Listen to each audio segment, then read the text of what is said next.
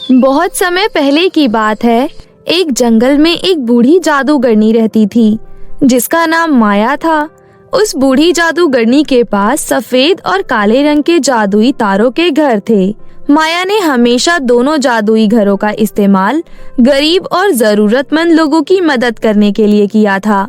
जादुई सफेद तारे के पास अनाज प्रकट करने की शक्तियाँ थी, वहीं दूसरी तरफ जादुई काले तारे के पास पैसे प्रकट करने की शक्तियाँ थी, जिन शक्तियों द्वारा गरीब और जरूरतमंद लोगों की मदद करते थे। ऐसे ही समय बीत रहा था। एक दिन जादूगरनी माया की तबीयत बहुत ज्यादा खराब हो जाती है। जादूगरनी अपने दोनों तारों से कहती है, लगता है अब मैं जीवित नहीं रह पाऊंगी। मेरा आखिरी समय आ गया है। देखो, मेरे मरने के बाद तुम दोनों इसी तरह गरीब और असहाय लोगों की मदद करते रहना और उनका सहारा बनना। कभी किसी को परेशान मत करना और आपस में प्यार बनाए रखना। इतना कहते ही जादूगरनी अपना दम तोड़ देती है। जादूगरनी के मरने के बाद सफेद तारे को बहुत दुख होता है और वो बहुत ज्यादा रोता है, लेकिन काले तारे को जादूगरनी के मरने से कोई फर्क नहीं पड़ता, बल्कि वो खुशी के मारे उछलने लगता है। काले तारे को उछलते देख सफेद तारा उससे कहता है, यहाँ हमारी मालकिन हमें छोड़कर चली गई है और तुम हंस रहे हो। तुमने सुना नहीं अभी उन्होंने क्या कहा? वो चाहती हैं हम दोनों एक साथ रहें, गरीब और असहाय लोगों की मदद करते रहें। हमें हमेशा गरीब और असहाय लोगों की सहायता करनी होगी। तुम चुप रहो, ये बुढ़िया मर गई, मैं तो कब से यही चाहता था। अब से मैं दूसरों को परेशान करूंगा और सिर्फ परेशान करूंगा। तुम्हें अगर उस बुढ़िया का आज्ञा का पालन करना है तो तुम करो, मुझे मत सिखाओ कि मुझे क्या करना है। सफेद तारा को काले तारे की ये सारी बात बहुत ज्यादा परेशान करने लगती है। अगले दिन दो आदमी मनोज और रमेश तारों के घर से मदद मांगने आते हैं। मेरी पत्नी और बेटी अस्पताल में है। कुछ ही देर पहले उनका एक्सीडेंट हुआ है। हॉस्पिटल वाले पैसे मांग रहे हैं, उनकी जान को खतरा है। कृपया करके मुझे कुछ पैसे दे दो। मैं एक कच्चे घर में रहता था। मेरा घर बारिश और तूफान के कारण टूट गया है। मुझे कुछ पैसे दे दो ताकि उसकी मरम्मत करवा सकूं। आप दोनों का बहुत एहसान होगा। देखिए, मेरे पास तो केवल अनाज प्रकट करने की ही शक्ति है, लेकिन ये काला तारा जितना चाहे उतना पैसा प्रकट कर सकता है। इसने सही कहा, मैं जितने चाहे उतने पैसे प्रकट कर सकता हूँ, लेकिन मेरी एक शर्त है, तुम दोनों को आपस में लड़ाई करनी होगी। जो जीतेगा मैं उसी को पैसे दूंगा। दोनों व्यक्ति एक दूसरे की तरफ देखने लगे।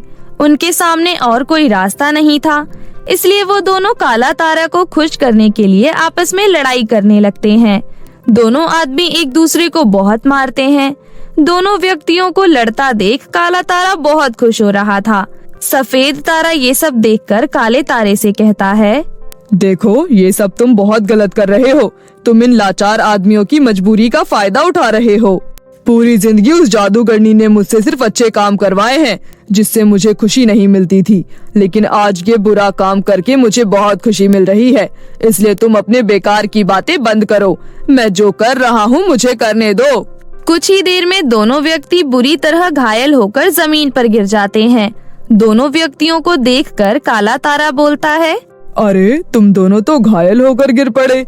मुझे बिल्कुल मजा नहीं आया, इसलिए मैं तुम दोनों में से किसी को भी पैसे नहीं दूंगा। चलो भागो यहाँ से। काला तारे के धोखेबाजी से दोनों आदमियों को बहुत दुख होता है और वो दोनों रोते हुए वहाँ से जाने लगते हैं।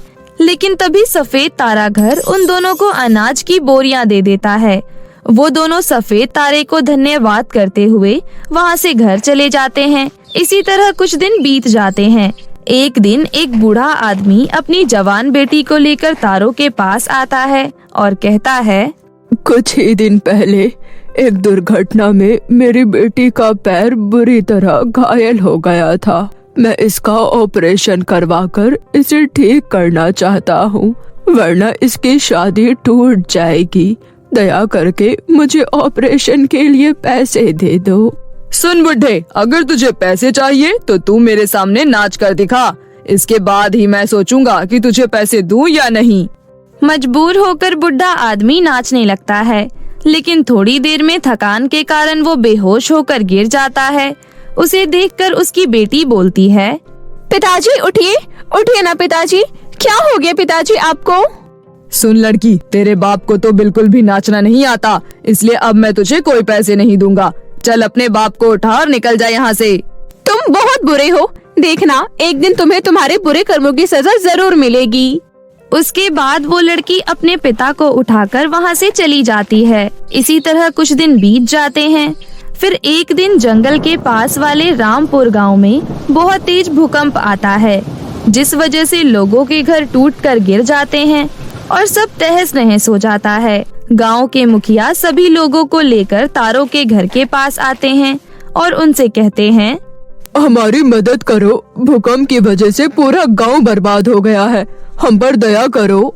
देखो, तुम सबको इस तरह रोते गिड़गिड़ाते देखकर मुझे बहुत मजा आ रहा है, इसलिए मैं तुम्हें कोई पैसा नहीं दूंगा। काला तारा उनका दुख देखकर बहुत हंसता है। ऐसा मत कहो, हम सब बहुत मुसीबत में हैं, हमारे छोटे छोटे बच्चे हैं, कम से कम इन पर तो दया करो। ये क्या खाएंगे, कहाँ रहेंगे, कुछ तो सोचो इनके बारे में। बेकार की बातें करके मेरा दिमाग खराब मत करो, वरना अच्छा नहीं होगा। चले जाओ यहाँ से। ये काला तारा बहुत बुरा है, ये किसी की मदद नहीं करता। तुम सब बेकार में इससे बहस मत करो। देखो, मैं तुम्हें पैसे तो नहीं दे सकता, लेकिन मैं तुम्हें बहुत सारा अनाज जरूर दे सकता हूँ, जिसकी मदद से तुम सबकी भूख शांत हो जाएगी और कोई भी भूखा नहीं रहेगा। इतना कहकर सफेद तारा वहाँ पर बहुत सारा अनाज प्रकट कर देता है। तभी गांव वाले उसे खूब दुआएं देते हैं और सारा अनाज उठाकर वहाँ से चले जाते हैं। ऐसे ही कुछ और दिन बीत जाते हैं। एक दिन उसी जंगल में तेज तूफान आता है। तूफान इतना खतरनाक था कि वो दोनों तारे के घर लुढ़कते हुए खाई के किनारे पहुंच जाते हैं। दोनों तारों के घर पूरी तरह ताकत लगाकर अपने आप को बचाने की कोशिश करने लगते हैं, लेकिन कोई फायदा नहीं हो रहा था। तभी कुछ गांव वाले जो वहां से गुजर रहे थे, उनकी नजर तारों पर पड़ती है। गांव वाले उन्हें देखकर बोलते हैं, अरे देखो तो, तारों का घर खाई में गिरने वाला है, हमें उन्हें बचाना होगा, वरना वो दोनों नष्ट हो जाएंगे। और उन सब में एक आदमी बोलता है, देखो, ये सफेद तारा बहुत अच्छा है, ये हम सभी लोगों की मदद करता है, इसलिए हमें सिर्फ सफेद तारे को ही बचाना चाहिए। उसके बाद सभी गांव वाले सफेद तारे के घर को रस्सी से बांधकर उसे खींचते हुए खाई के किनारे से दूर ले जाते हैं। ये सब देख काला तारा बोलता है, अरे तुम सब ने तो सफेद तारे को बचा लिया, अब मुझे तो बचाओ, वरना मैं खाई में गिर जाऊंगा।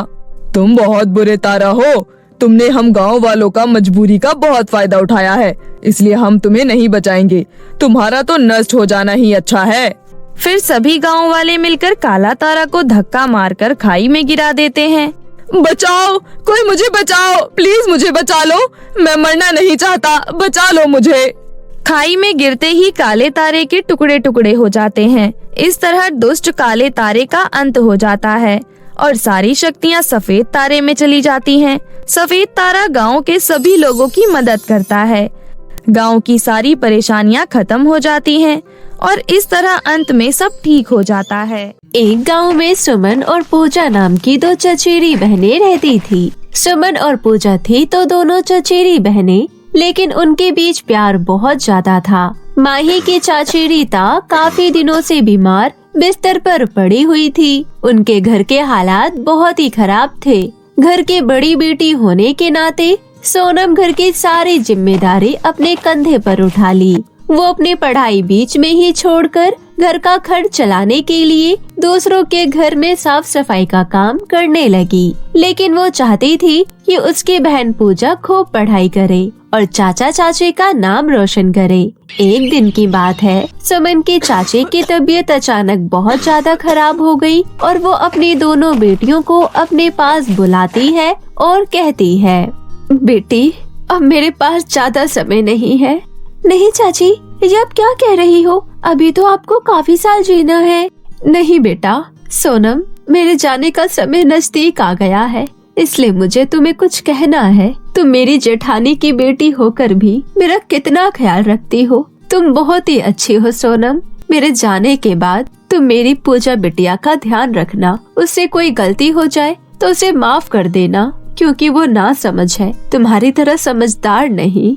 ये कहते हुए रीता ने अपनी आंखें बंद कर ली। दोनों बहनें रीता से लिपटकर फूट फूट कर रोने लगी, पर होने को कौन टाल सकता है। अब दोनों बहनें एक दूसरे का सहारा थी। ऐसे ही कुछ महीने बीत गए। एक दिन की बात है, पूजा स्कूल से उदास होकर घर लौटी और सोनम से बोली, दीदी मैं कल स्कूल नहीं जाऊंगी। क्यों, क्या हुआ?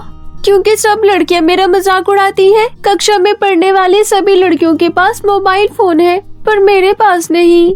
तुम तो जानती हो पूजा, बड़ी मुश्किल से ही घर का खर्चा चल पाता है और मैं तुम्हारे स्कूल की फीस भी मुश्किल से दे पाती हूँ। तुम लड़कियों की बातों पर ध्यान मत दो। तुम तो मेरी समझदार बहन हो ना, तुम बस अपनी पढ़ाई पर ध्यान दो। ठीक है दीदी, अब से मैं अपनी पढ़ाई पर ध्यान दूंगी, दूसरों की बातों पर नहीं। ये हुई ना बात। अब चलो जल्दी से तैयार हो जाओ, मैं तुम्हें मेला घुमाने ले चलती हूँ। मेला? अरे वाह, मैं अभी तैयार होकर आती हूँ। कुछ देर बाद दोनों बहन घूमते घूमते मेले में पहुँच गयी। मेले में बड़े बड़े झूले और चाट पकौड़ी के ठेले लगे हुए थे। दोनों बहनों ने वहाँ खूब मस्ती की और समय का पता ही नहीं चला और शाम हो गई। उसके बाद दोनों बहनें घर लौटने लगी। तभी उन्हें रास्ते में घायल खरगोश दिखाई दिया। घायल खरगोश को देखकर सोनम बोली, अरे इस खरगोश को तो बहुत चोट लगी है। एक काम करते हैं, इसे अपने साथ घर ले चलते हैं। ठीक है दीदी, वैसे भी रात होने वाली है, जल्दी चलो, मुझे बहुत डर लग रहा है। घबराओ नहीं पूजा, मैं हूँ ना तुम्हारे साथ। रुको, पहले मैं इस खरगोश को अपनी गोद में उठा लेती हूँ। ऐसा कहते हुए सोनम ने जख्मी खरगोश को बड़े प्यार से अपनी गोद में उठा लिया। फिर दोनों बहनें जल्दी जल्दी कदम बढ़ाते हुए घर की ओर चल दी। घर पहुंचकर सोनम ने खरगोश के जख्म पर मरहम पट्टी बांधी और हरी घास खाने को दी। दोनों बहनें खरगोश का खूब ख्याल रखती है। कुछ देर बाद खरगोश उछलते कूदते वहाँ से जाने लगा। तभी पूजा बोली, अरे दीदी देखो, वो खरगोश यहाँ से जा रहा है, उसे पकड़ो, चलो पकड़ो उसे। कोई बात नहीं पूजा, उसे जाने दो, वो अपने परिवार के पास वापस लौटना चाहता है। चलो तुम जाकर अपनी पढ़ाई करो और बाकी का काम मैं निपटा लेती हूँ। फिर काफी समय गुजर जाने के बाद वो खरगोश वापस आता है। ये देख सोनम हैरानी से बोली, अरे प्यारे खरगोश, तुम तो वापस लौट आए। जाओ अपने परिवार के पास वापस लौट जाओ। तभी खरगोश ने कहा, सोनम, मैं तुमसे मदद मांगने आया हूँ, चलो मेरे साथ, हमारे पास समय बहुत कम है। अरे तुम बोल सकते हो? हाँ, पर मेरे साथ अभी ज्यादा बात करने का समय नहीं है, तुम चलो मेरे साथ। खरगोश को इस तरह बोलता हुआ देख पूजा बोली, अरे वाह, मैंने ऐसा बोलता हुआ खरगोश पहले कभी नहीं देखा। ये समय बात करने का नहीं है, जल्दी चलो मेरे साथ।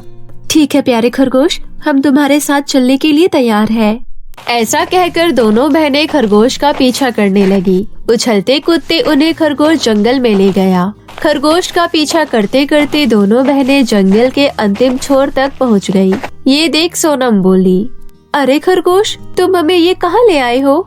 दीदी मुझे तो बहुत डर लग रहा है, ये खरगोश हमें जंगल में क्यों लेकर आया है? कहीं ये खरगोश कोई भूत तो नहीं? चलो दीदी घर लौट चलते हैं। हाँ पूजा, मुझे भी कुछ ऐसा ही लग रहा है, चलो यहाँ से चलते हैं, वैसे भी रात होने वाली है। ये कहते हुए दोनों बहनें वहाँ से भागने लगी। तभी खरगोश ने कहा, रुक जाओ, तुम दोनों कहाँ जा रहे हो? देखो यहाँ गहरे गड्ढे में मेरी बहन गिर गई है, जल्दी से मेरी बहन को बाहर निकालने में मेरी मदद करो। खरगोश की बात सुन दोनों बहनें रुक गई और सोनम बोली, तुम्हारी बहन? मुझे कुछ समझ नहीं आ रहा, तुम कहना क्या चाहते हो? सोनम, दरअसल हम दो परी बहनें हैं और एक दुष्ट जादूगरनी ने हमें खरगोश बना दिया। जल्दी से मेरी बहन को इस गड्ढे से बाहर निकालो। ठीक है, तुम परेशान मत हो, मैं अभी तुम्हारी बहन को गड्ढे से बाहर निकालती हूँ। दीदी रुको, मुझे तो ये इनकी कोई चाल लगती है, चलो यहाँ से, वरना बुरी तरह फंस जाएंगे। लेकिन सोनम पूजा की एक बात नहीं सुनती। नहीं पूजा, हमें इनकी मदद करनी चाहिए, तुम यहीं रुको। इतना कहकर सोनम बड़ी मुश्किल से गहरे गड्ढे से खरगोश को बाहर निकालती है। खरगोश ने कहा, तुम्हारा बहुत बहुत धन्यवाद सोनम, तुमने हम दोनों परियों की जान बचाई। क्या तुम हमारी एक और मदद कर सकती हो? दरअसल हम जादुई छड़ी के बिना अपना असली रूप नहीं ले सकते और न ही परीलोक जा सकते हैं। क्या तुम हमारी जादुई छड़ी ढूंढने में मदद करोगी? हाँ क्यों नहीं, पर आपकी जादुई छड़ी है कहाँ?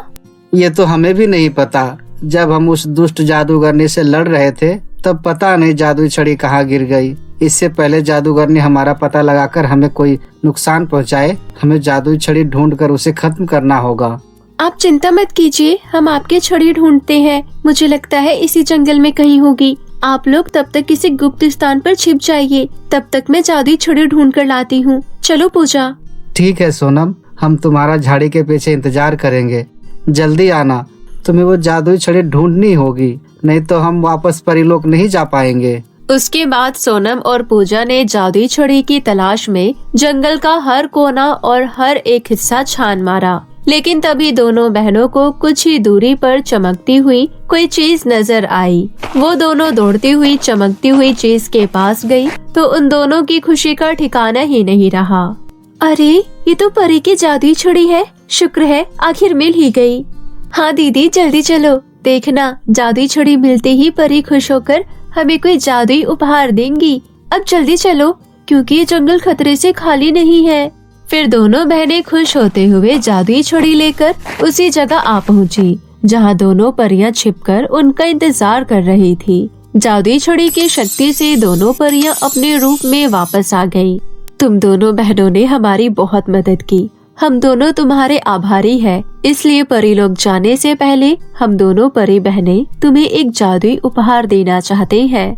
फिर दोनों परियां दो जादुई फ्रॉक देती हुई बोली, ये लो सोनम और पूजा, ये दो जादुई फ्रॉक है, तुम इसे किसी खुले स्थान पर रख देना, उसके बाद तुम फ्रॉक का जादू देखना। अब हम चलते हैं, हमें जादूगरनी का खात्मा भी करना है।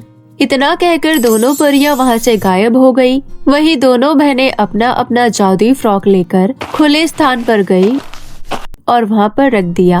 पलक झपकते ही दोनों फ्रॉक बड़े विशाल फ्रॉक घर में बदल गए। ये देखकर पूजा खुश होते हुए बोली, अरे वाह दीदी, मैंने ऐसा फ्रॉक का घर कहीं नहीं देखा, चलो अंदर चलकर देखते हैं।